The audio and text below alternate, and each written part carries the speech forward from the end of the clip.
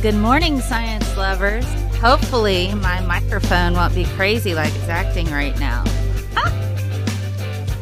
Your time is important to us. For Saturday morning science, Mike, stop it. So for Saturday morning science, we are going to talk about autoimmune diseases. So let's go ahead and get started. Whee!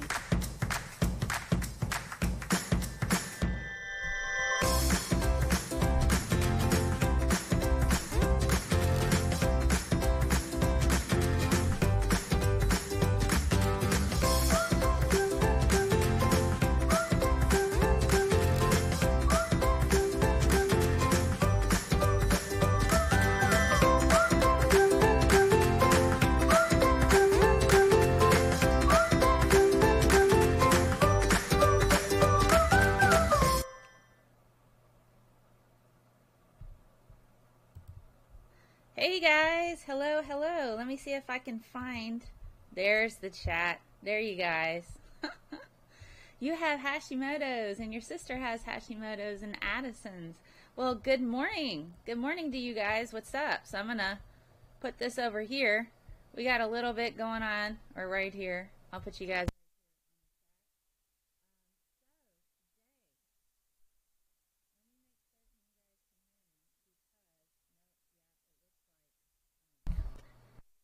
I don't.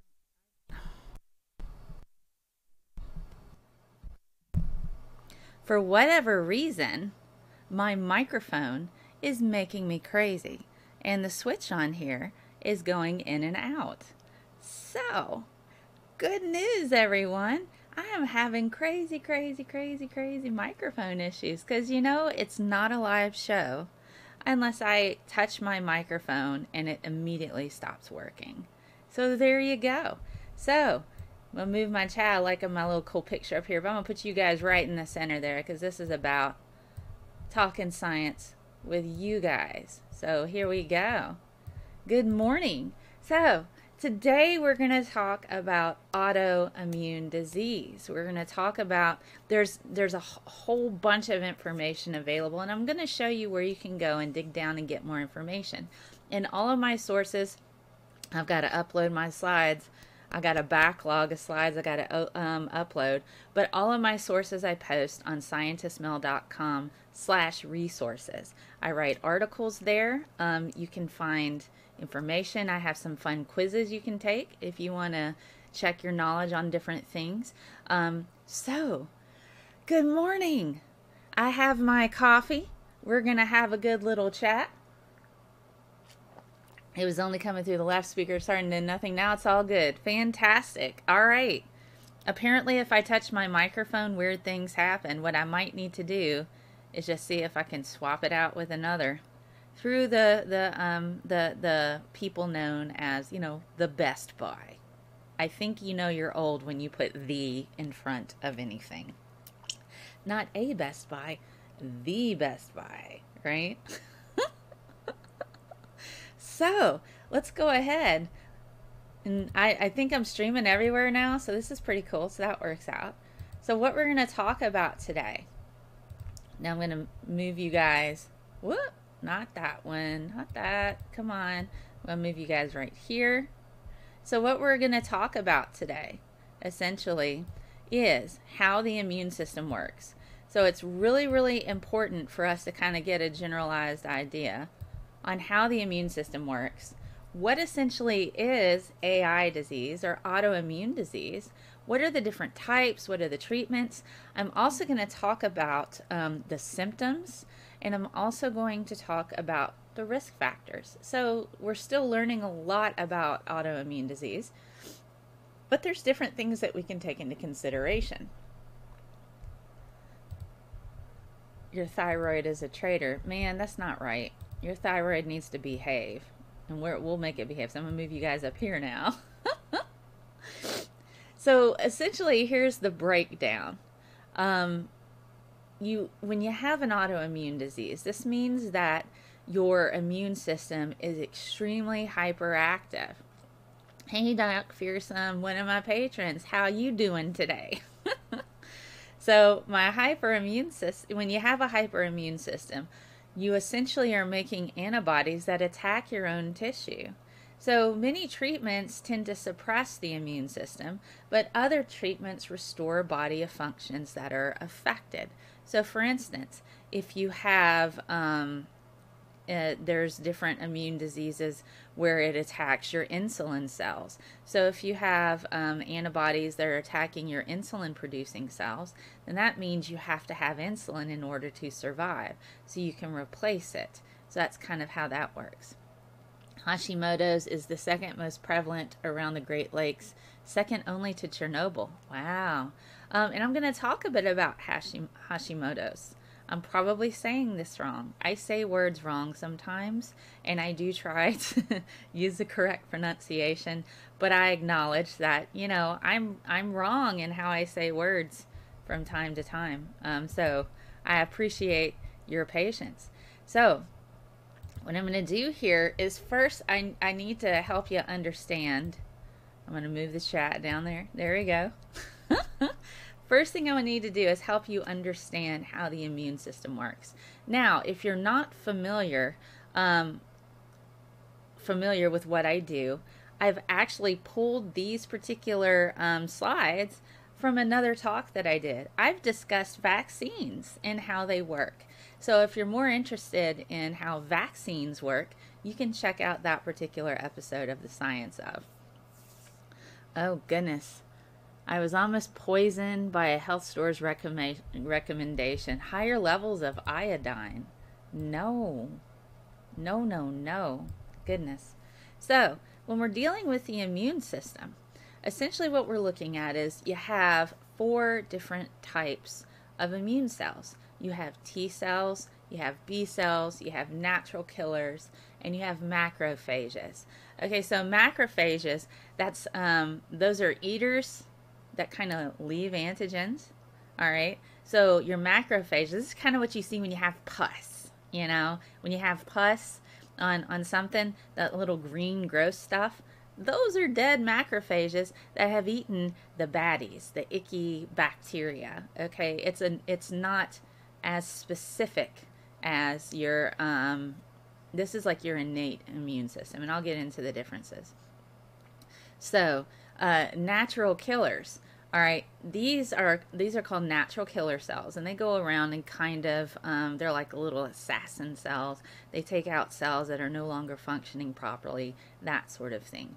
And then you have T cells. These attack infected cells, and then you have B cells that kind of work with the T cells, and those are your more specific targeted type of immune system, and that's the one that we're kind of talking about in this case. Is essentially that. So let's talk about the 2 types of immune systems. So this is pretty important. You have your innate versus your adaptive. Now when we're talking about autoimmune disease, this tends to be your adaptive immune disease. Phagocytosis, yes, or phagocytosis. There's so many cool videos that show what it looks like when a macrophage eats a thing, and it goes and it swallows the bacteria, and then what happens is enzymes bust that up, and then, you know, it all just falls apart. So it just goes in and then that's, you know. So you have your innate, non-specific. This is what we consider the first defense. It's activated when it sees antigens. So anything that has a protein expression is fair game. Also, that's part of the allergies thing. When you get it, you just, you know, when you have a lot of pollen, your innate immune system's like, we gotta attack. We're being invaded. And then all of a sudden you got the snot and just, you know, because your macrophages are like, we gotta save everybody.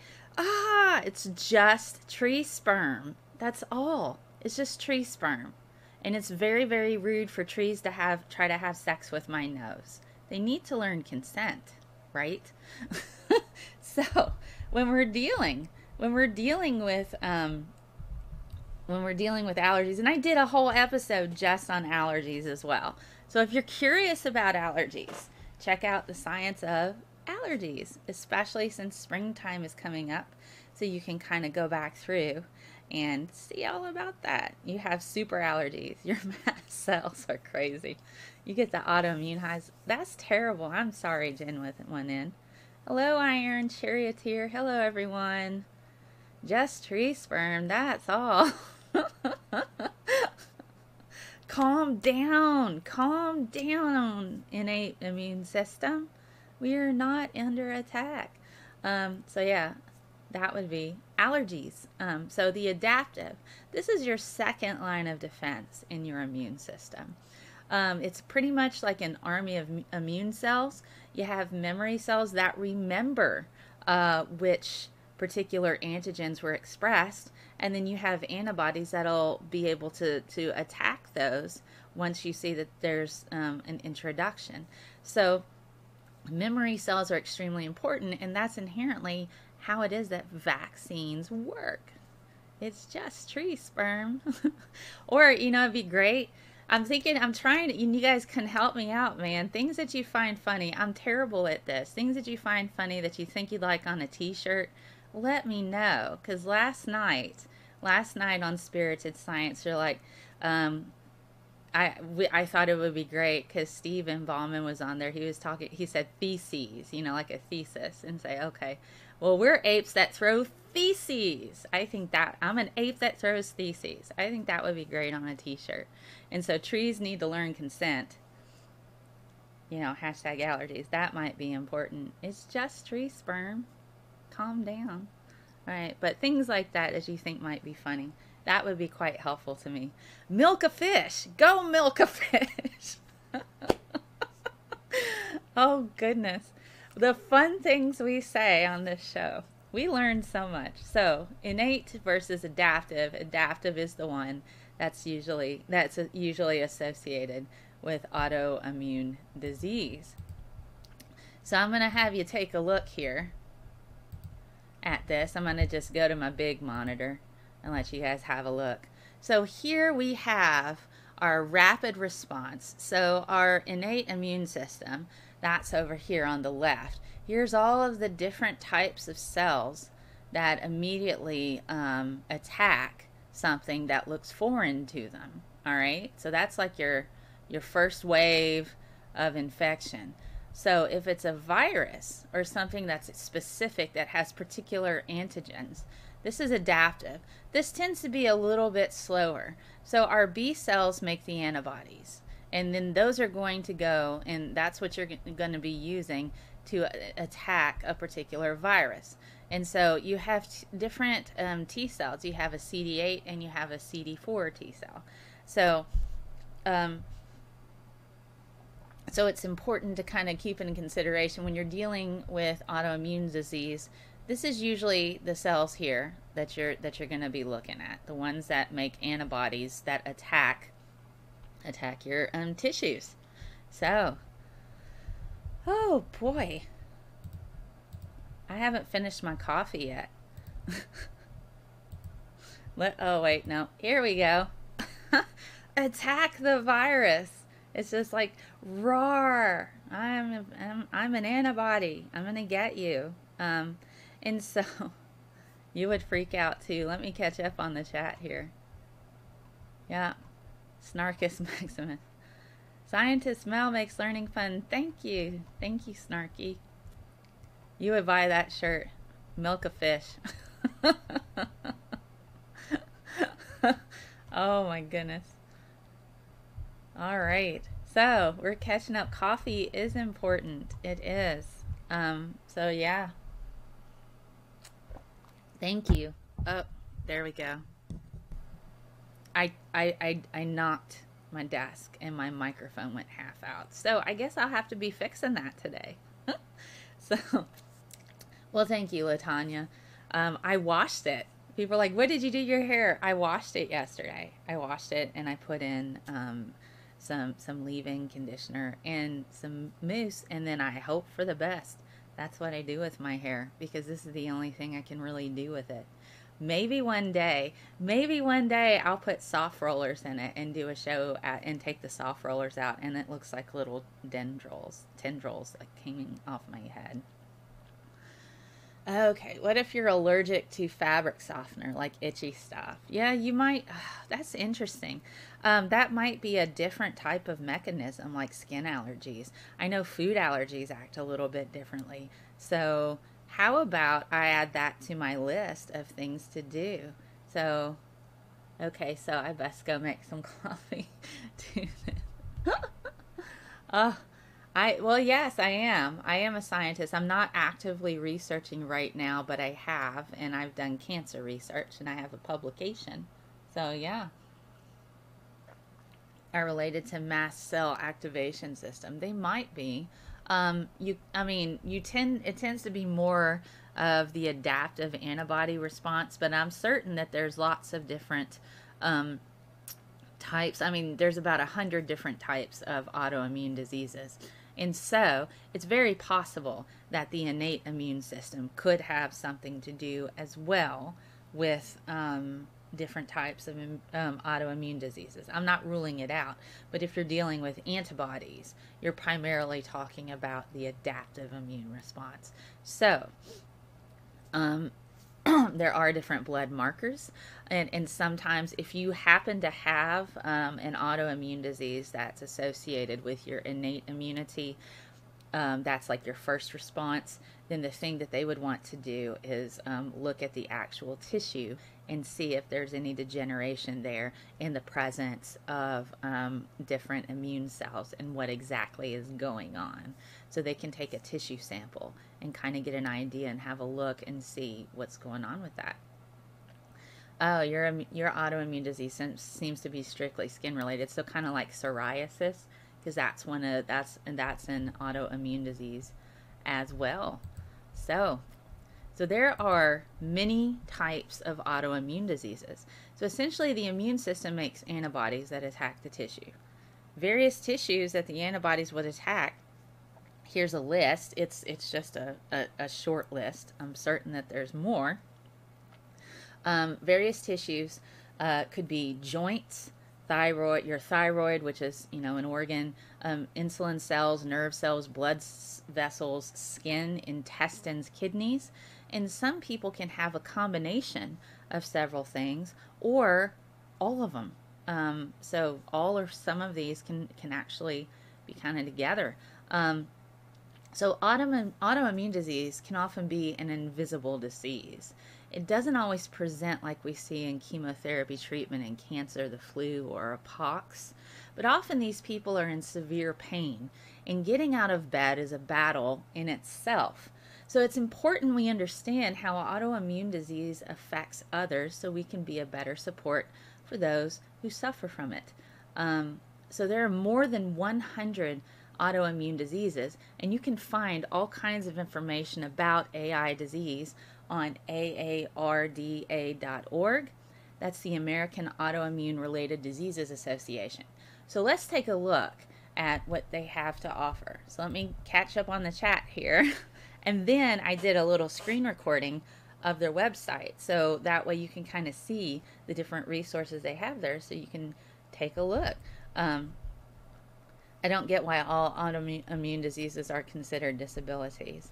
Well, because you're losing tissue and your body functions kind of are breaking down. Sometimes if it's affecting your joints, you're not able to walk. If it's depending on the type of autoimmune disease, your motor functions are affected. If it's to do with your intestines or any of that, you have digestive issues. So it's just a lot of freaking pain. And sometimes you can't walk very far because the pain is so intense. Oh, aren't considered. Oh, thank you for clarifying. Why all of them aren't. I fought the like button and the like button won. You have hypersensitivity vasculitis. Oh my goodness.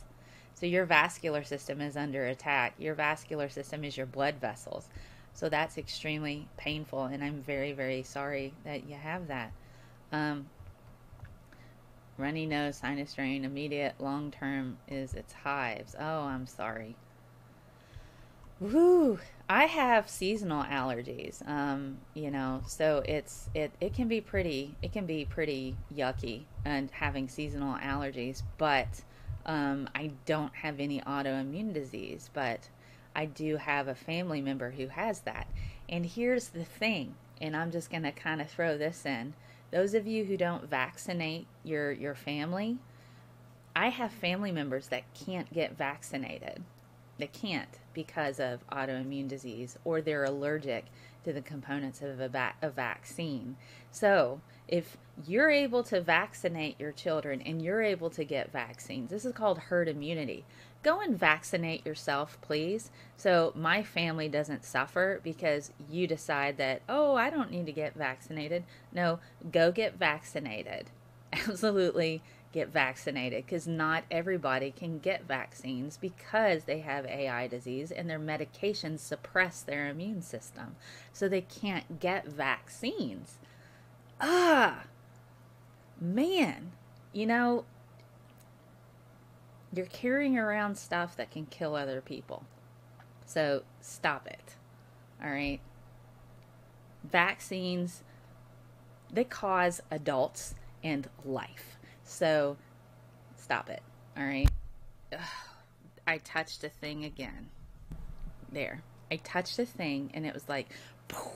I'm like, great. I have to be gentle and walk on eggshells with my microphone right now. So there you go. All right. So I'm going to go to my big monitor here and I'm going to kind of show you. I really liked the American Autoimmune Related Disease Association website. I did a little screenshot of their website to kind of show you what it is. Yeah, tetanus boosters. Oh, good gravy. Get a tetanus shot. Just get one. Oh my goodness.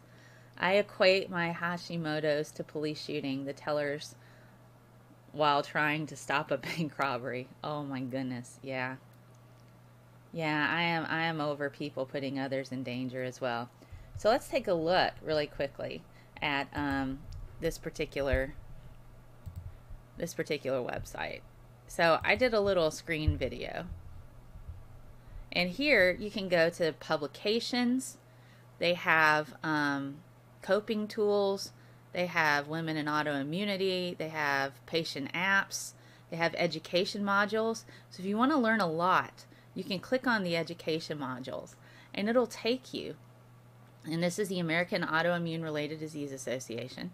It will take you to where all these resources are, and you can get information on various different types of modules to kind of educate you on basic autoimmunity and how it goes.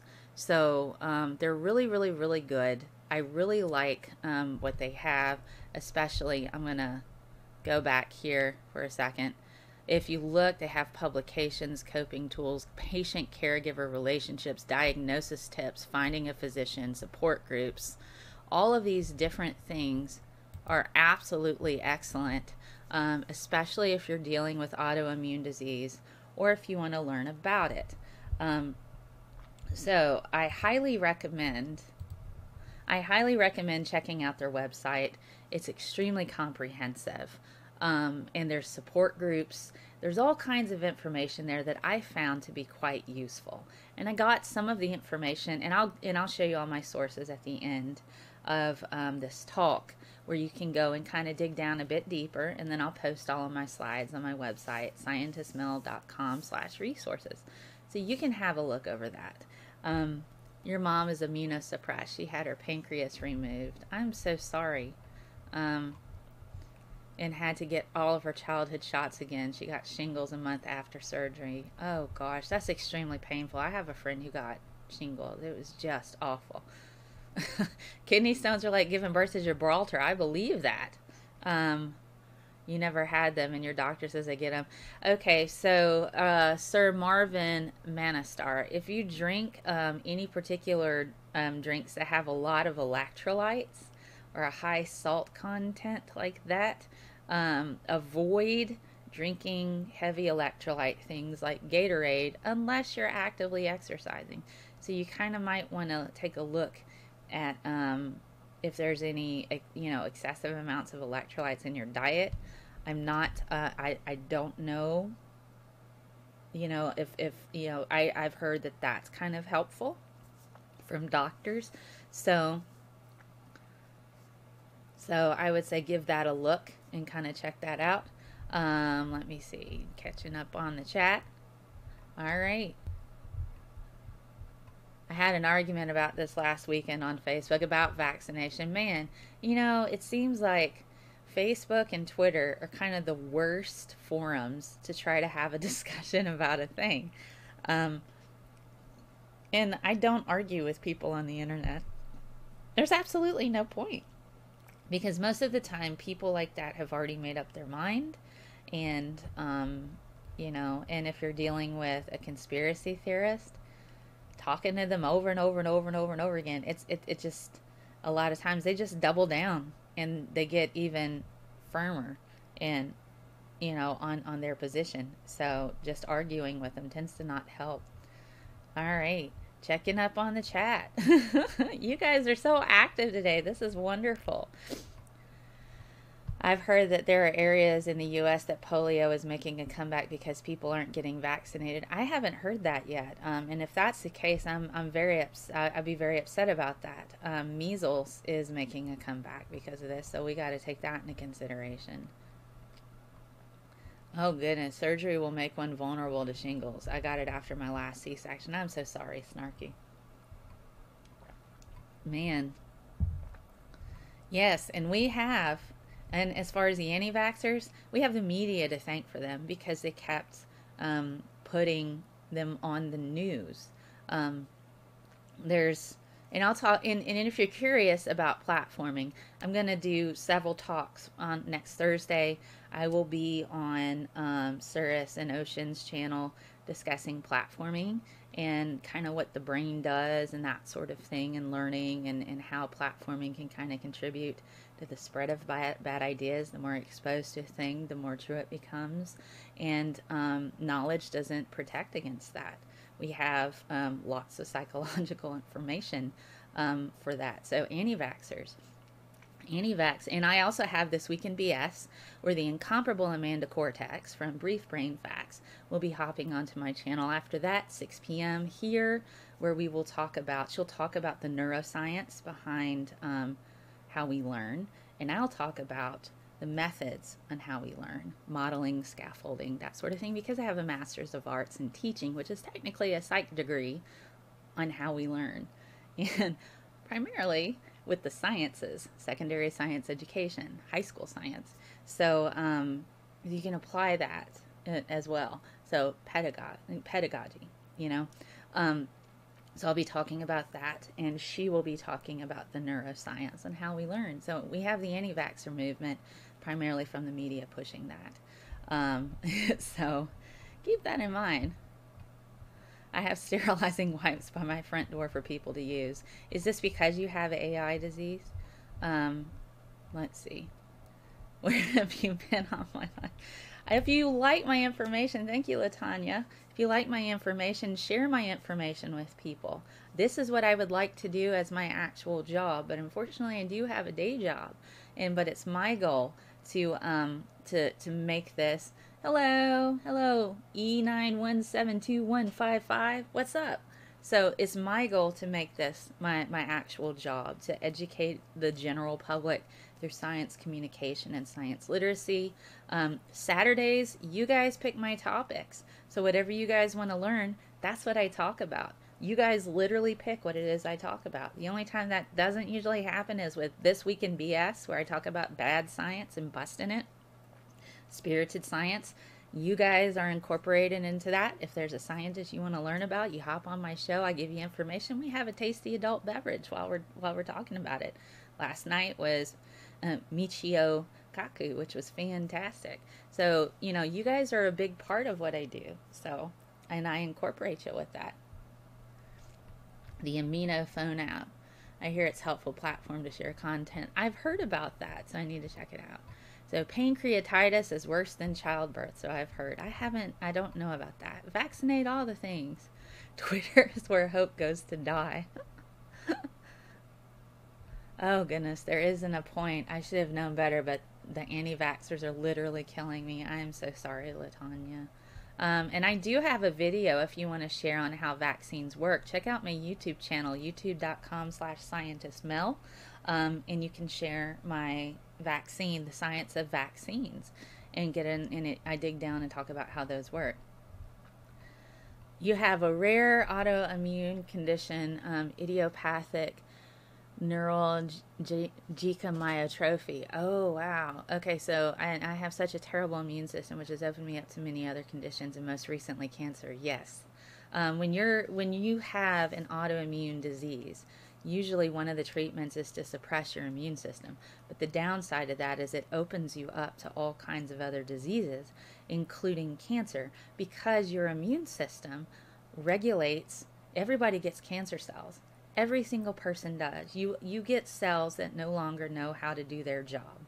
And so when they might be benign and they just might be hanging around, but once they get that tumor suppressor gene turned off, that's when they start making copies of themselves. So if you have a suppressed immune system due to an autoimmune disease, you are at a higher risk for cancer, for getting other diseases, because your immune system is not as strong. Because it's like, what do? Do I let my immune system be strong and eat my tissues, or do I suppress it so I can get out of bed and walk, but I have an increased risk for all these other things? So it's pretty upsetting.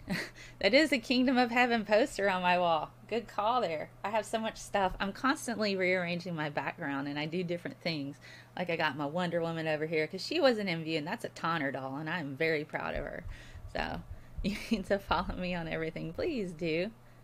The autoimmune website that I discussed here. Let me pop that up again. I'll go back to the big monitor.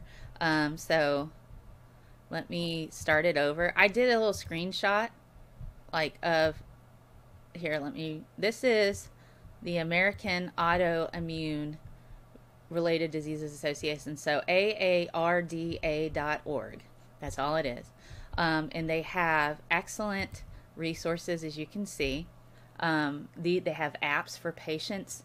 They have an autoimmune disease list, diagnosis tips. They have in the news coping tools, support groups, education modules, and you can click on that and it takes you to a different set of resources. You can find all kinds of information if you are a caregiver or if you suffer from autoimmune diseases. So I found this to be quite useful, and I really I was like, yep, this is a good thing. So I'm sorry, yeah. All right, so yes, I like science. E9172155. That sounds like a really cool robot like name. You don't know why I don't have 1,000 viewers, because it's one of those things. People have to spread the word.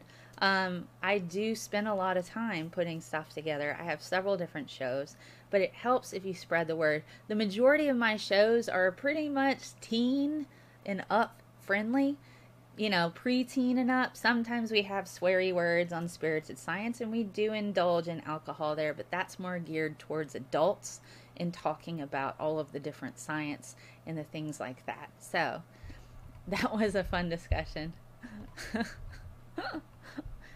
I love science. This is what I primarily talk about, but what I do is focus on trying to get a boost in literacy.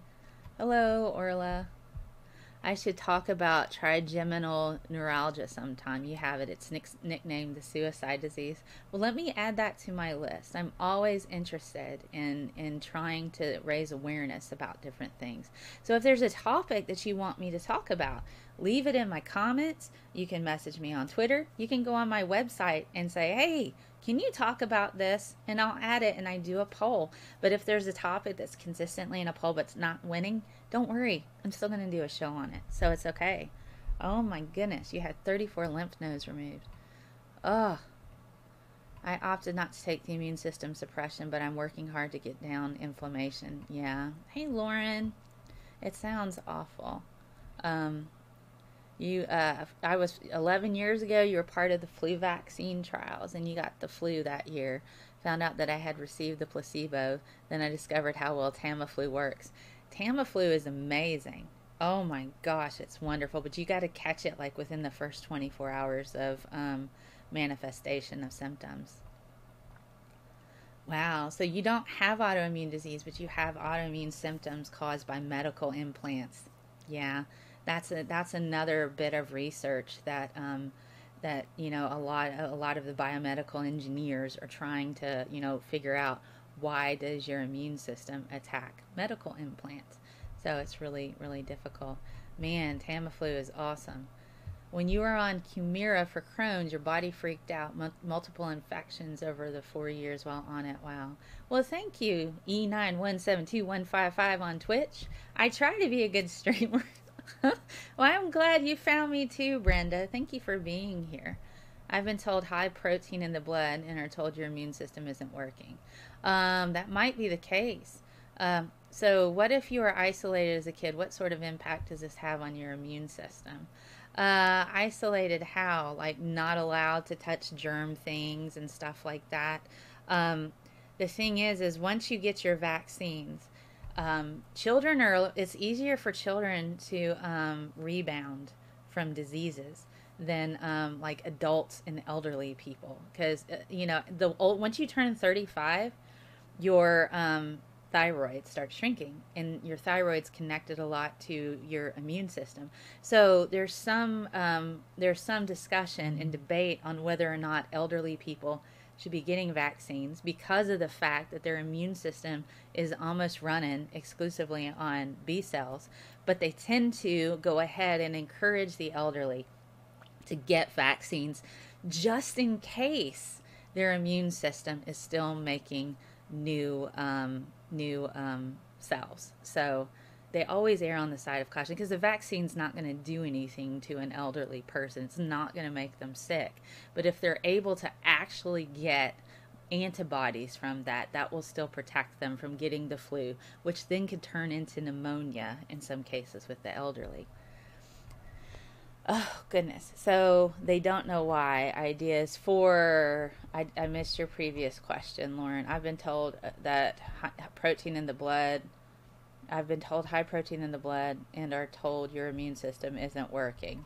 Well, if you have... Okay, so what I think you're asking me there, Lauren, is if you have a high amount of protein that's not part of your natural makeup, because everything that's living has protein signatures. That's why some people have allergies, because if you inhale plant pollen, your body recognizes that there's these little proteins on the outside of it, and they're like, this is protein that's not us. What are we gonna do? And then it starts freaking out, and then that's when it starts attacking it. So if you have a high amount of protein in your bloodstream, and particularly if it's not your own protein, then if it's not your own protein and that's actively in your bloodstream, that could be a sign that your innate immune system is not particularly functional, which could be that you have a lower you have a suppressed immune system. So that could be. And I'm basing that just on the knowledge that I have in immunology and what I know and have read in studies. But I'm guessing that's what you're asking me. Alrighty, I think. Okay, catching up. Do I have autoimmune diseases? I don't, but I have family members who do. Thank you for following me, by the way, E9172155. That just sounds really cool. It sounds like, I don't know. I'm trying to think of what that reminds me of. Oh, I know you're not a robot. You wouldn't have been able to talk so much. You have many autoimmune diseases. I'm sorry, Brenda. That's terrible. Lymph nodes, yeah. So I'm catching up. when looking up Hashimoto's, be careful you don't end up getting advice from a chiropractor or a thyroid pharmacist online. No, they're not qualified. And if you want to know who is qualified, go to that website that I mentioned, the American Autoimmune Related Disease Association. Check them out if you're concerned. Please be careful not to just believe everything you read on the internet. Sources are extremely important. And another source that I had was Johns Hopkins Institute. So that's actually pretty important that you check your sources. And like I said, I'll show you my sources at the end of this talk. And if you want to dive down a bit more, you can go and look at those links, because I found them to be pretty reputable. I mean, Johns Hopkins, you know, the American Autoimmune Related Disease, things of that nature. Those are really, really good, especially those particular organizations. And they have a whole bunch of information, so you can kind of get an idea of what those particular diseases are. Wow, we're having such a good talk. Mrs. Snarky, Jenny, I got your number. Oh goodness, got to give me something underlying.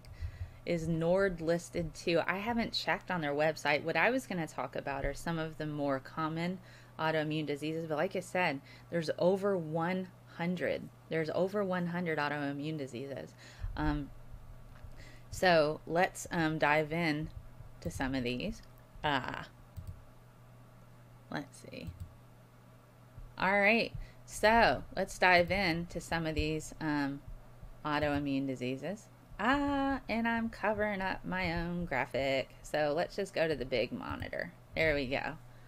So here's just some, and you've probably seen a lot of these in the news. And a lot of different autoimmune diseases do have their own organizations to help with research and raise awareness.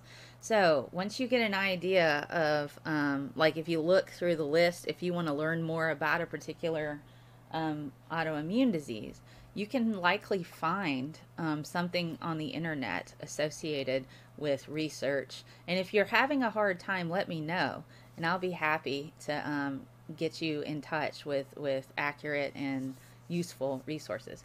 So some of these are rheumatoid arthritis, lupus, inflammatory bowel disease, type 1 diabetes mellitus. I guess that's Guillain-Barré. You have multiple sclerosis, CIDP, Graves, Hashimoto's, myasthenia gravis, and vasculitis. All of these are pretty common, and we hear a lot about them on the news.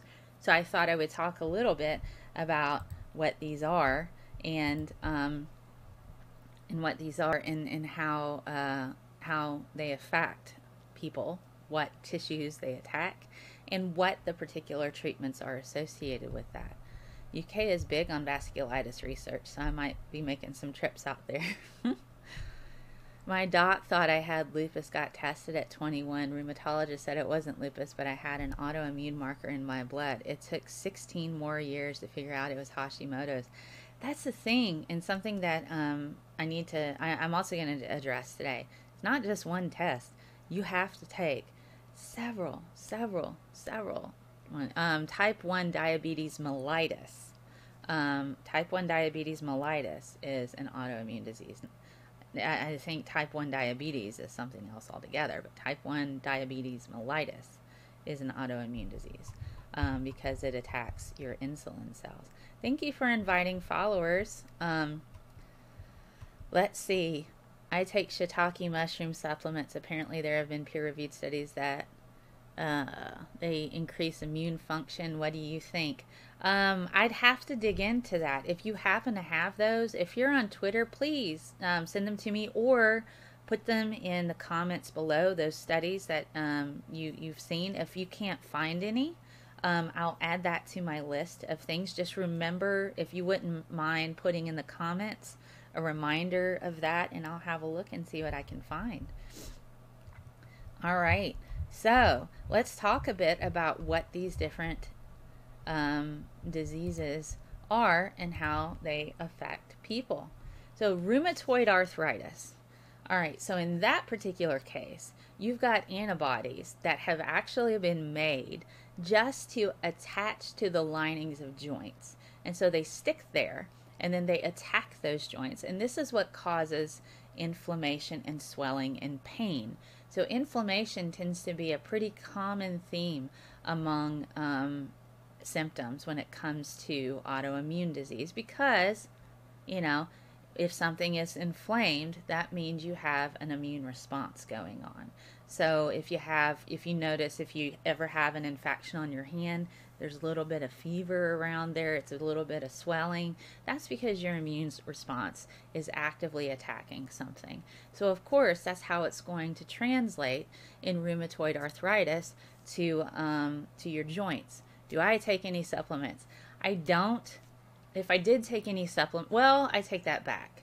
I do take probiotics sometimes. I tend to eat a lot of Greek yogurt, but since I haven't been lately, I still want to have those beneficial bacteria. So I do take probiotics from time to time, and sometimes I take vitamins because I'm just like, you know, I'm not as healthy with my eating, but for my personal choices, I am working towards making healthier choices because that's kind of what I want to do with my health and nutrition goals. So I used to be like super, super active and working out 5 days a week, and life just gets in the way sometimes. So now I'm transitioning back to that. So I probably will take supplements at some point in time in regard to vitamins, and I take probiotics. All right. So for treatments associated with rheumatoid arthritis tend to be injectable medications or oral, but they essentially suppress the immune system. There's a science in herbs and food. Yes, there is. You know, I really, really like cooking, and sometimes I post pictures of what I cook on the internet, which is fun. Hello, Buck. So, lupus, systematic lupus. People who have this particular autoimmune disease, they have the antibodies that attach to tissues throughout the body. It can affect their joints, lungs, blood cells, nerves, kidneys. These are all commonly affected when it comes to people who suffer from lupus. So this is a system-wide body thing, and it hurts. It's absolutely awful. And the thing that they usually do is oral prednisone. And that particular medication is a steroid, which will reduce your immune system function. Now, inflammatory bowel disease, it is exactly how it sounds. Your immune system attacks your intestines. Guess what that does? It is not fun. You have diarrhea, you can have bleeding, you can have sudden bowel movements, that you have abdominal pain, fever, you can have weight loss because your intestines are not pulling out the last bit of nutrients from your food. Ulcerative colitis and Crohn's disease are two major forms of inflammatory bowel disease. Now, in this case, you can have oral or injected immune suppressing medications similar to that of the other autoimmune diseases. So MS, multiple sclerosis, they attack nerve cells. And so you have to keep in mind your nerve cells are how your brain communicates with the rest of your body. So multiple sclerosis, it can cause pain, it can cause blindness, weakness. You're not able to walk so well. You have poor coordination.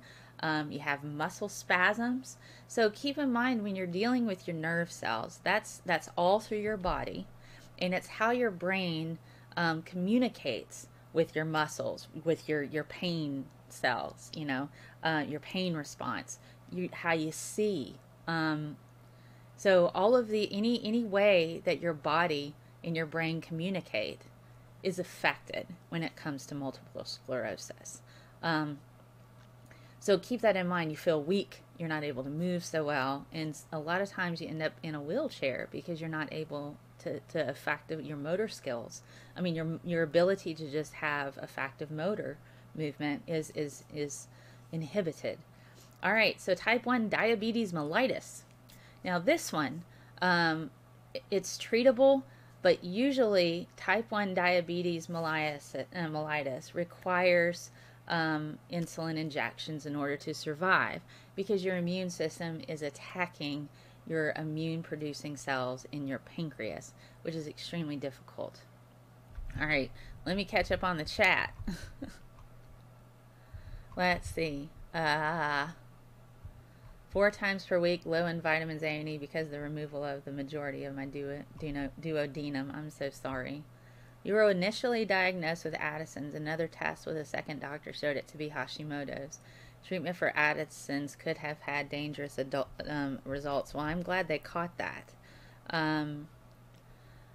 My vitamin D is clinically low at times. I have a prescription for 50,000 units 3 times a week. Yeah, so the thing about supplements, most of the time you don't need them unless your doctor tells you that you need them. So I would err on the side of caution. You don't necessarily have to take supplements, but if you take too many of a supplement and you don't need it, you could have adverse effects. Omega-3s, I'm not certain how omega-3 fatty acids, fish oils for autoimmune diseases would go, because if you could just eat or take a supplement, you would see reduction in symptoms, and if that's the case, then that would be a standard treatment, but it doesn't do that. I just always recommend just a very well-rounded diet for general health, if that's at all possible. So, opinion on methotrexate with Enbrel or Humira for RA. I don't have an opinion on that. I know Humira is used for RA. I know that tends to be a pretty effective treatment for that, but it's not a cure. None of these particular medications are cures. So you have to keep that in mind with autoimmune disease. They treat the symptoms as much as they can, but there isn't a cure. You'll always have it. I have Crohn's and lupus and can't tell which one is affecting my joints. I have muscle spasm also. I'm so sorry, Brenda. I have hypermobility syndrome, so I have IBS. It's incredibly joyless. I bet. That doesn't sound fun at all. Yes. Good multivitamin because of the minerals added, and an aspirin. Well, an aspirin is good, especially if heart problems run in your family and you're not allergic to it. That tends to be a good thing. Do you think some autoimmune diseases can go away just as easily as they've come on? We don't have much science that would suggest that. Once they start, they tend to stick around. So once your body identifies something as a foreign thing that it has to destroy, if it's a part of your body, you're going to continuously have cells that have those particular protein expression, because all of the cells in your body have things called antigens, and those are proteins that are like a little antenna that stick on the outside of the cell, and it's how cells can communicate with each other to a degree. And so these antigens, if your body says this is a foreign cell based on the antigens on the outside, then it'll attack every single cell that has that antigen. So let me get an example here. How can I do this? Let's say I have Kylo Ren. Let me get Kylo Ren. All right, I have Kylo Ren and Rey. We are going to learn about antigens and antibodies, okay? Or even this. Let me get Han Solo. Here's Han Solo. All right, let's say that Han Solo is an antibody, all right? Let's say that Han Solo has been made exclusively to kill a cell that has Rey on the outside of it. Okay, so your cells, let's say your tissues in your knee, all have Rey on the outside, and Rey should be absolutely fine. Should be absolutely fine in your body. She's supposed to be friends with your immune system, Han Solo. But if for whatever reason Han Solo identifies Rey, who lives in your knee, as being a problem, he's going to just keep coming and start killing all of the cells that have Rey on it. So if your body, your hyper active immune system isolates that a particular cell that has a signature on the outside as a problem, it's going to continuously attack it every single time. And right now, science does not have a way for us to shut that off. So that is a problem. Is eczema an autoimmune disease? I know psoriasis is. I'm not certain about eczema. And I'm about to talk about psoriasis. One thing my chemo staff were not aware of was the interaction of the treatments with foods such as grapefruit. Any goiters in my fellow Hashimoto peeps here? Oh, goodness. Yeah. Best lesson ever. Yay! I want magic healing powers. That would be great, wouldn't it? Han shot first. So we don't want Han to attack Rey. But if he seems to think that Rey is bad, he's going to continuously attack all the cells that have Rey. What we want is, Han to attack Kylo. Well, that's kind of sad too. So, never mind. I have all the feels about that movie. I don't want to talk about it, man. Don't want to talk about it. Anyway, moving on. Taking a Han Solo moment. All right, let's get back to the different types of I think heat shield. Hello. I need to talk to you about moderation. So if you could, and I've been trying to find you. If you're on Twitter, message me on Twitter. If you're not on Twitter, see if you can message me through YouTube. And I need to talk to you about moderation. Okay. So hit me up there. So I'm curious and I need to pick your brain and ask you some questions. If you don't mind, please. So let's get back to I think it's Guillain-Barré or Guillain. I'm obviously it's French and I don't say words very good sometimes. So here in this case, with the immune system, it attacks the nerves controlling the muscles in your legs and sometimes your arms and sometimes your upper body. And so when it's attacking those particular muscles, you get weakness and sometimes it can be very, very severe. Now, what they kind of do is something called plasmapheresis, and this was something that I wanted to look up really quickly and try to break it down, and I forgot to do that right before. So plasmapheresis.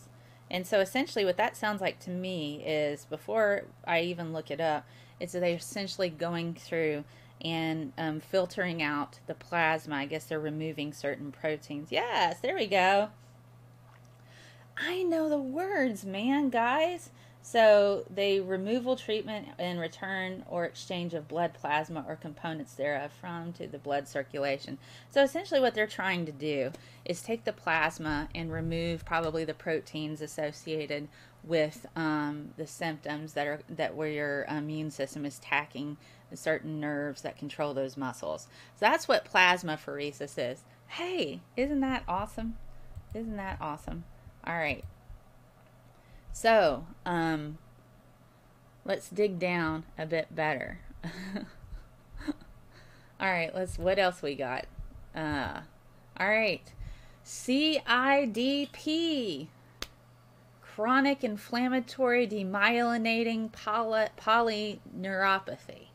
Now, this is similar to the Guillain-Barré. And so in this case, the immune system, they attack the nerves, but symptoms can be much, much longer. So approximately 30% of patients who have CIDP are confined to a wheelchair if they're not diagnosed and treated early. And so the treatment for CIDP is very similar to Guillain-Barré with the plasmapheresis. So that's important to note. Awesome explanation. Awesome. My idiopathic neural geometrophy. I'm sorry, I don't mean to laugh. I'm laughing at myself because I'm stumbling over my words. It's not a thing. Your disease is not something to laugh at. Let me clarify. It caused my immune system to specifically destroy and atrophy all the muscles in the upper right hand side of my body. Oh my goodness. Well, it's weird. It can be oddly specific when you're dealing with the adaptive immune system. You're dealing with something that's extremely specific to particular tissues. So it might be that those particular tissues have a higher expression of the antigen that they've decided to attack. New studies say FDR got Guillain-Barré, not polio. Huh? I'll have to check into that. Yay! Hello, hashtag heathen. Okay, so that's absolutely okay. Yep. You can get me in an hour, so that's fine. I have the best words. I'm so glad you're enjoying the show. I do try, guys. You know, I do like using action figures to explain science, because sometimes, you know, it just kind of brings the harder stuff down to like a more accessible level, and that's what I do here. All right, psoriasis. Okay. So essentially you have overactive immune system within your blood cells. Now these are your T cells. They collect in your skin. All right. Now the immune system activity, it stimulates your skin cells to reproduce rapidly. And so that's what kind of makes that silvery scaly plaque that's on the skin, is because your immune system is making your skin cells to kind of make copies of itself really, really fast. And they kind of manifest in that way. Thank you. I'm glad you guys are enjoying the show. I do this for you guys, and I like to boost awareness and give people an opportunity to talk. Hey, Doc Fearsome, one of my patrons. Thank you so much for your contributions. All right, Graves' disease. Now, essentially, that particular one, those antibodies stimulate the thyroid gland to release a lot of thyroid hormone. And so this becomes what we call hyperthyroidism. Now, the particular symptoms are that they include bulging eyes, weight loss, nervousness, irritability, super fast heart rate. They tend to feel weak. They have brittle hair. And so essentially what happens with that is people have to have their thyroid removed. And they can do this with medicine, or they can have surgery. And that's usually what's required to treat Graves' disease. Well, I'm glad you guys are enjoying like my explanation. Yay! So Hashimoto's. There's some Hashimoto peeps, Hashimoto thyroiditis in the chat today. All right, so in this case, you have antibodies that attack your thyroid gland. So this can destroy the cells that produce the thyroid hormone. So you have low levels of that thyroid hormone developed, and this can give you fatigue, constipation, you know, basically the opposite of Graves. Okay, so everything that's opposite of that. Fatigue, constipation, weight gain.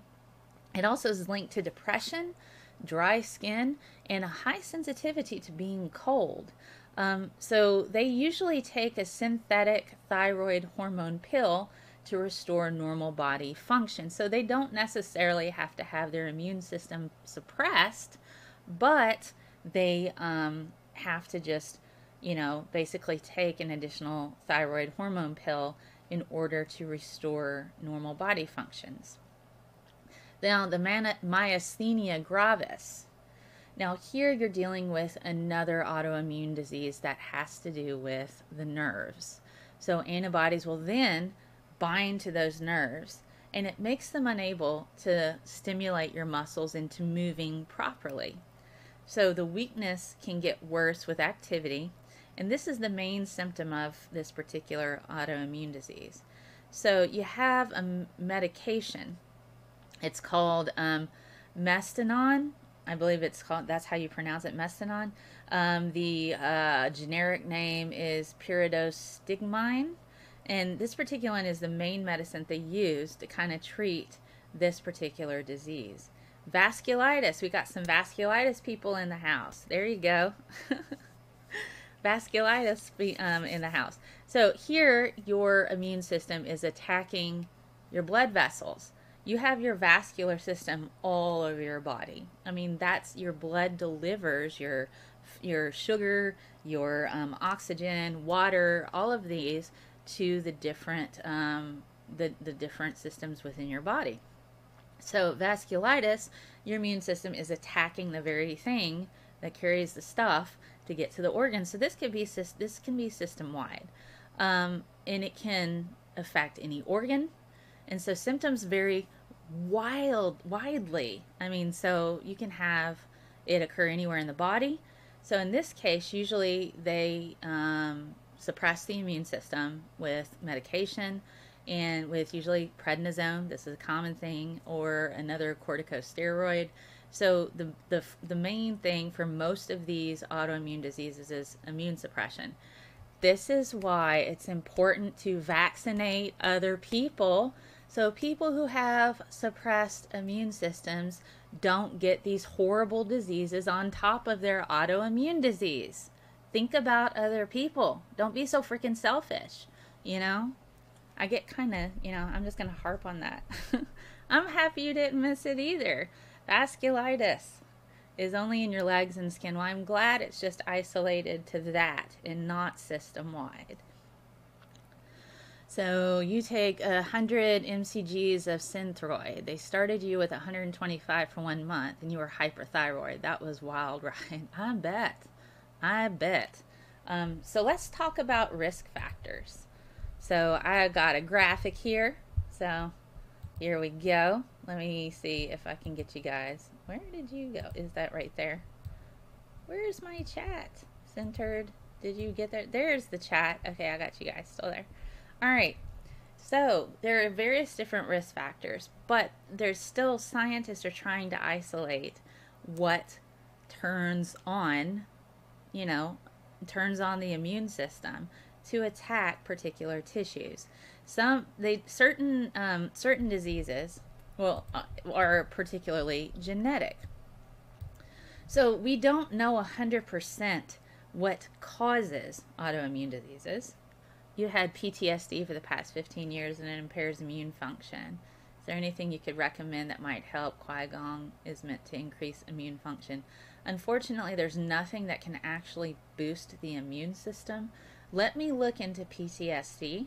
And you know what? I can add that to one of my topics to talk about. All of the effects of PTSD treatment, how that hits. And I can dig down and do a show on that. Because I think that I would have to really dive down and see what I can find. Because I don't just want to go on the fly on that. I spend a lot of time getting a lot of research together to be able to talk about different things. So if we're going to dive in and pick something apart, I want to make certain that I have lots and lots of sources available so I can do that. The game is all here. So risk factors. We don't know that certain risk factors increase the chances of developing we do know that certain risk factors increase your chances of developing autoimmune disease, but we don't know what particularly causes it. Well, awesome. You're welcome. I'm happy to do that. So genetics. Now, certain diseases like MS, multiple sclerosis, those tend to be present in families. Now, if you have a relative with autoimmune disease, this does increase your risk, but that doesn't mean you will develop the disease for certain. That's one of those things. Just because you have the gene doesn't mean that you will get the disease. And that's where kind of genetics, people get really, really scared. They're like, oh gosh, Alzheimer's runs in my family. And Alzheimer's does run in my family. But there's things that I can do that minimize my risk. So it's important to understand that even if a particular autoimmune disease runs in your family, if you're able to lower your risk factors, now you might have the gene, so the things you want to take into consideration: don't smoke, exercise, try to keep a manageable weight. Now, weight is not always going to be an issue. So I kind of want to preempt because we have people that are overweight and are completely healthy. So there's just it's usually multiple factors. It's rarely just one thing. So if you have multiple factors, if you're smoking, you have the gene, yet you have a substantial weight issue, and if you're on certain medications, your risk is going to be pretty freaking high for developing an autoimmune disease. Now, if you just have if you have a person of size and you don't have any other risk factors, man, don't worry about it. So I'm not gonna what they call fat shame people. I don't do that here. There are people who or have what they call a high BMI that are absolutely healthy, exercise. There's nothing wrong with that. So I'm not gonna fat shame people because we have enough of that. So yes. So genetics, weight. Just because you can raise your risk doesn't necessarily mean that you're going to get the disease. So the weight issue, the most thing that they worry about primarily is the rheumatoid arthritis. Rheumatoid arthritis, well, arthritis does run in my family, as does Alzheimer's, as does all these things. So it's important to understand and collect as much information that you have, especially with your family history, so you can make choices for yourself. That's what I'm saying about this. If you know that you have health stuff associated with weight gain, that's different. Then, maybe you can see if you can minimize that. But certain fat tissues can increase and encourage inflammation. So particularly around the joints. So just do the best you can, man. That's all we're doing. That's all. But what I want to do is just to try to give people an idea to say, learn about yourself, learn about your history, and minimize your risk. Make choices. That's all. Now, smoking. Smoking is, it affects your body system-wide. It is all over your body. It affects your immune system. It affects inflammation. It affects circulation, and it's been linked to different autoimmune diseases, including lupus, rheumatoid arthritis, hyperthyroidism, and multiple sclerosis. Now, when you're taking that in consideration, smoking is, if you smoke, you're increasing your risk for a lot of different diseases. Now, it's important to note that there are people who smoke their entire lives and never develop a disease. That's because it's a risk factor, but it's not a guarantee. But that's just one of those things. If you want to reduce your risk, cutting out smoking will substantially reduce your risk for a lot of things. Certain medications. So certain blood pressure medications or antibiotics can trigger drug-induced lupus. But this is often a more benign form of lupus. I actually got this particular information off of the Johns Hopkins website, and I'll show you that link as well. Their particular research discovered that specific medications that lower cholesterol, called statins, they can trigger statin-induced myopathy. Now, that's a rare autoimmune disease that causes muscle weakness. But before starting or stopping these medications, you need to always talk to your doctor. It's really, really important that you always talk to your doctor. Yeah, I've heard about the poor dental health as well. I don't think people realize bacteria in your body can play a role, like the probiotics. So you got good bacteria in your gut that contribute to good digestion. Well, they can also have signaling proteins. So go to the dentist, get your teeth cleaned. You might have bacteria there, and there is some new research that's coming out with that, where there's signaling proteins that are kind of triggering in the brain. So, it's pretty interesting. The high incidence of dental issues with the elderly. This is it's pretty interesting thing to check out.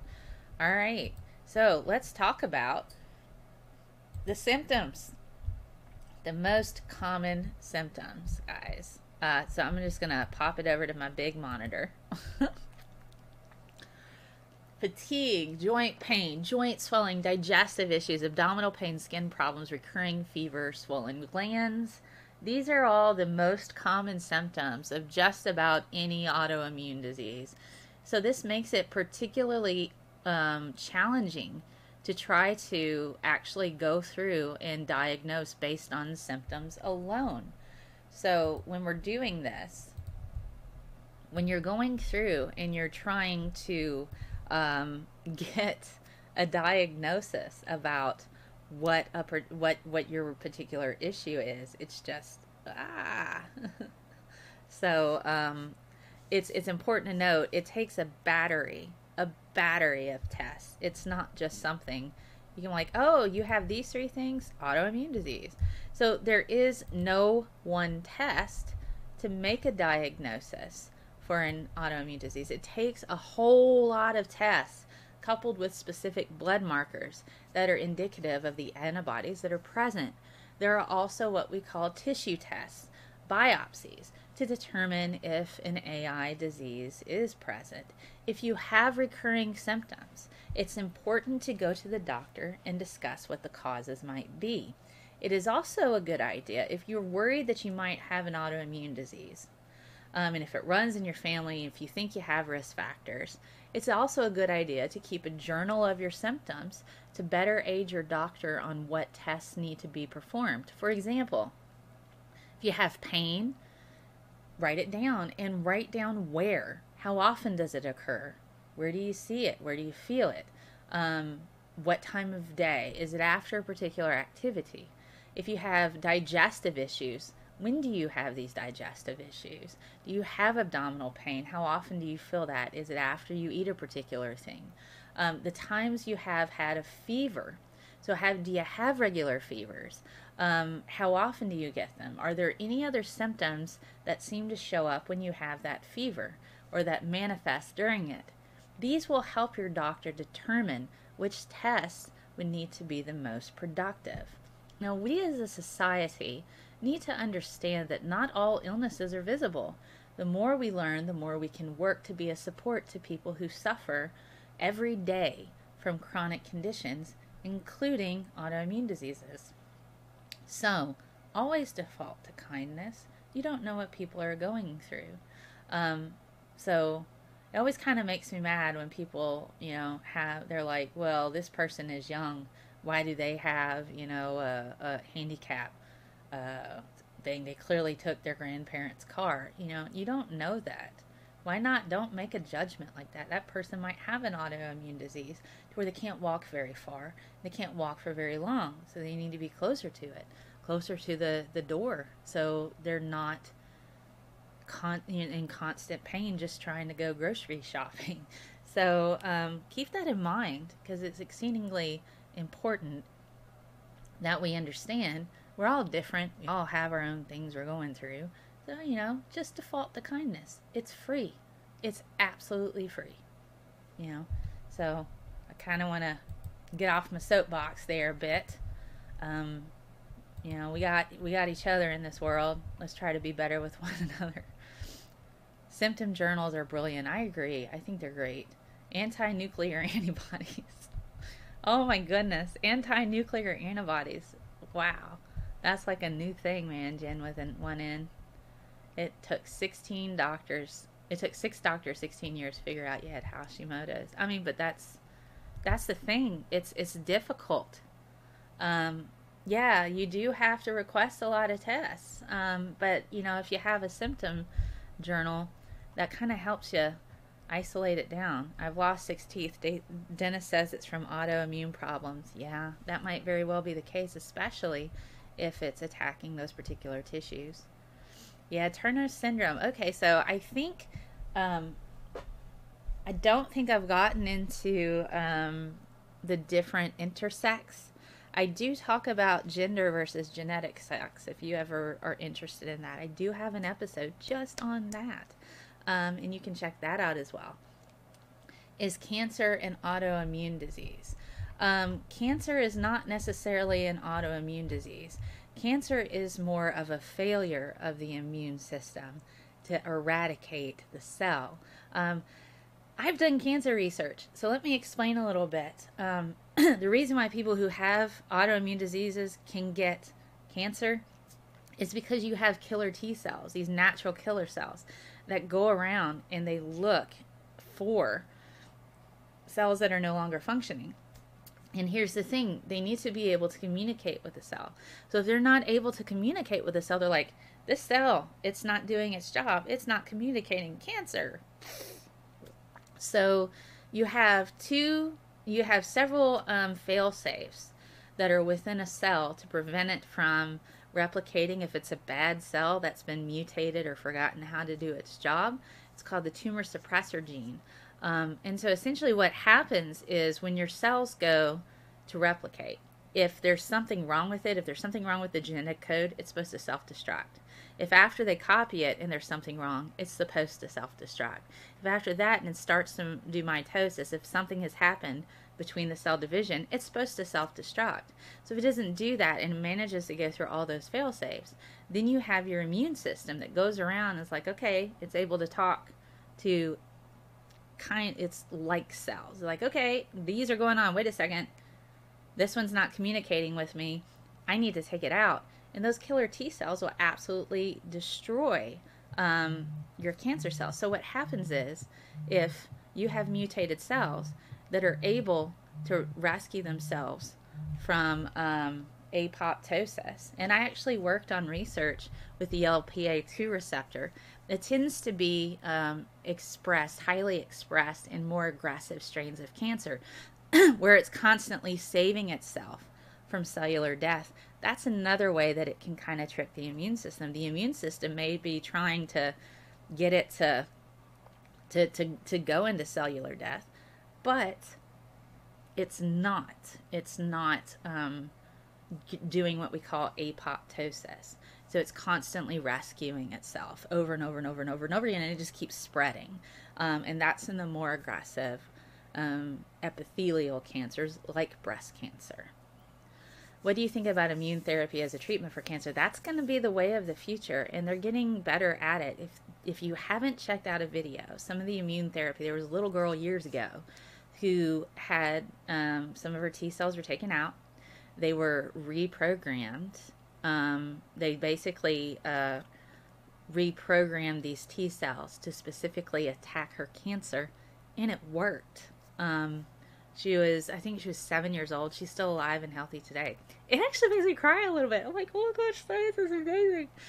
So check it out. They used a non-viral version of HIV, and they just took the disease-causing proteins out of the HIV and put in we're going to make this a stronger T cell, and they infected the cells in a separate vial, of course, reprogrammed them to where they were strong super killer cells, and then they injected that back into the little girl and it attacked her cancer. There's a lot of, and there was a new human trial that was approved a few years ago to move forward with immune therapy for the treatment of cancer, and that was pretty exciting stuff. I'm trying to catch up on all of this. Oh, there we go. Hello everyone. Hello, Spooky Bed here. If we can look at the stars, we can look at our planet too. That's right. My illness is invisible, not imaginary. Absolutely, that's a good sticker. So, you were often accused of laziness when you were experiencing bouts of fatigue. That's horrible. That makes me want to go and give a solid, good, stern talking to people who do that. Glasses are a new thing. Will it still work on people with AI problems like lupus? I'm not certain. In theory, it should. In theory, it should.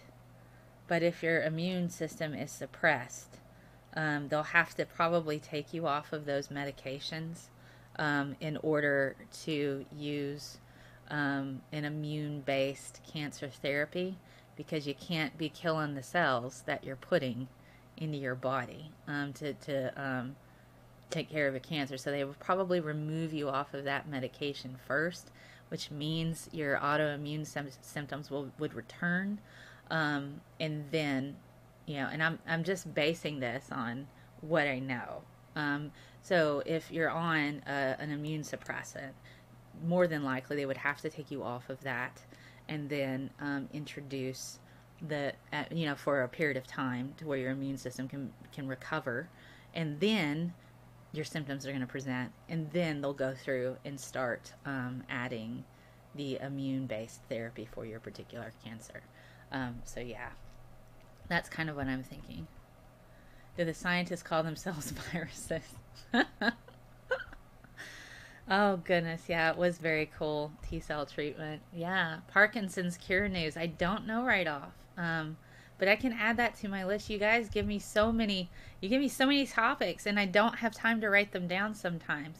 So if there's a topic you want me to discuss, please, please, please put it in the comments. Put it in the comments and I'll add it to my list. I use my hashtag, the science of, and hashtag Hey ScientistMel, and that makes it easier for me to find your topic requests.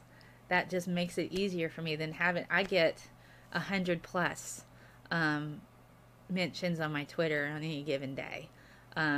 Twitter just does 20 plus on my little notifications, and I'll click on that, and then I'll scroll for an hour trying to catch up. And same with like my direct messages. So, but that makes me feel special because I'm like, people are actively involved in discussions and stuff. So that makes me happy. All right, let me catch up on the last one. Okay, if you have a strong immune system, as I think I do, worth verifying, are vaccines as important? Yes, they are, because you can have a strong immune system and still be a carrier for diseases. An example, Doc, is like HPV. HPV, for the most part, affects women. And it's a sexually transmitted disease. Men tend to not have any symptoms, and there's no tests to show whether or not they carry that particular virus. And there are different strains. The main strains are 16 and 18. Those are the aggressive strains that cause cervical cancer. So this is why women need to get pap smears. Now, HPV, okay, we need to kind of break the stigma on that. Pretty much everybody prior to getting the vaccine has encountered HPV. There are so many strains. There are so many strains, and the majority of them don't even present as any kind of symptoms. But the ones that tend to stick around, 16 and 18, those are the ones that cause cervical cancer. And most of the time, they do nothing to guys. Now, 16 causes oral cancer. Yes, and oral cancer can manifest in guys.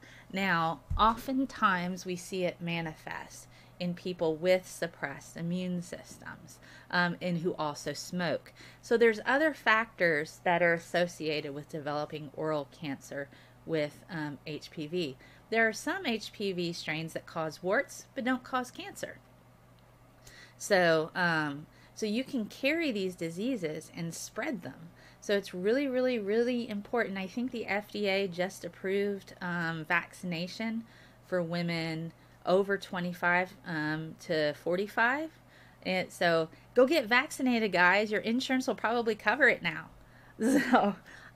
So go ahead and get vaccinated for HPV. Even if you've had HPV before, there's still so many strains. You may not have gotten exposed to the more aggressive ones just yet. And there are multiple strains that can cause cancer. And not all of them are contained within that particular vaccine. But the more aggressive ones, the ones that stick around for years and have been linked to consistent cervical cancer issues, that's the one that it protects from.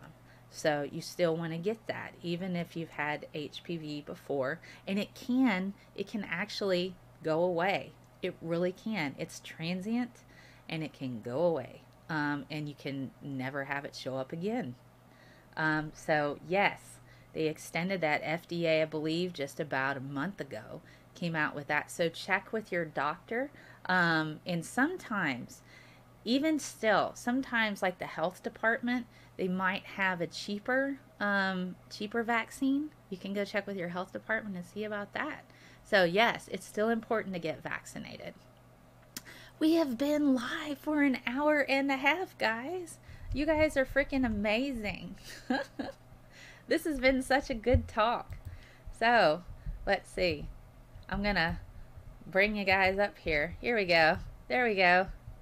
So what have we talked about today? We've covered so much content in such a short period of time. We've talked about how the immune system works. We've talked about what AI disease is. There are over 100 types. We just isolated it to the ones that we see in the news a lot. I gave you a website, and I'll show you that website again. We've talked about the different types of treatments. We've talked about symptoms. We've talked about risk factors. We've talked about all of these different things. Ah! I touched the cord.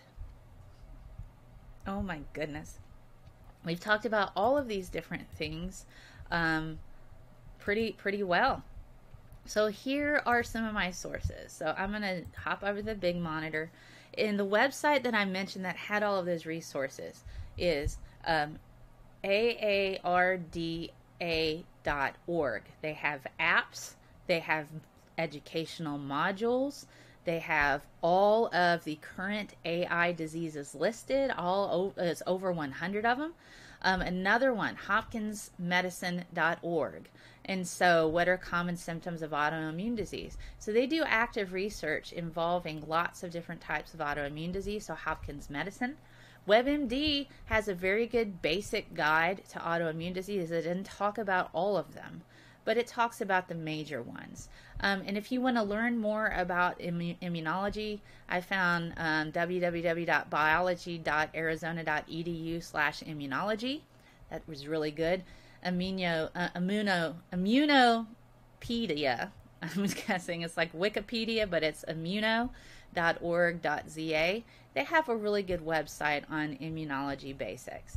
And these are just some of the sources that I pulled up that I was able to find. So it's entirely up to you, but I really like that aard.org website. It's very, very comprehensive and very easy to follow along. They have apps, they have modules, they have support groups. You can all check it out. I'm so glad you enjoyed this, #heathen, and I'm so glad you guys are here.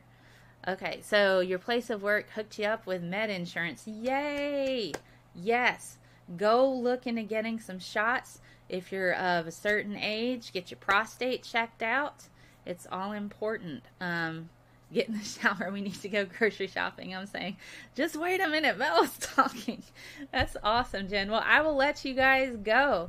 Check me out Thursday night at 6 p.m.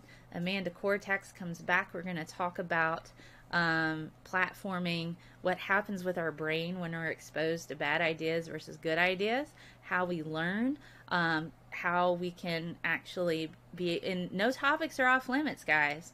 Actively talk about stuff. But, we need to understand even the most knowledgeable and smartest, wonderful people on the planet are still subjected to the illusory truth. Cognitive biases run supreme, and we can have the best intentions and still contribute to a big issue. So, 6 p.m. Central. 6 p.m. Central Daylight Time. It's usually Central Standard Time. Stephen Bauman was here to be like, Central Daylight Time, you mean? So, I think that's GMT -5 right now. It'll be GMT -6 soon. But GMT -5, Central Daylight Time. Amanda is a neuroscientist. I'm trying to see if I can get somebody I know is a professor of media on. I've messaged her. It's short notice, and I know she's busy, so maybe.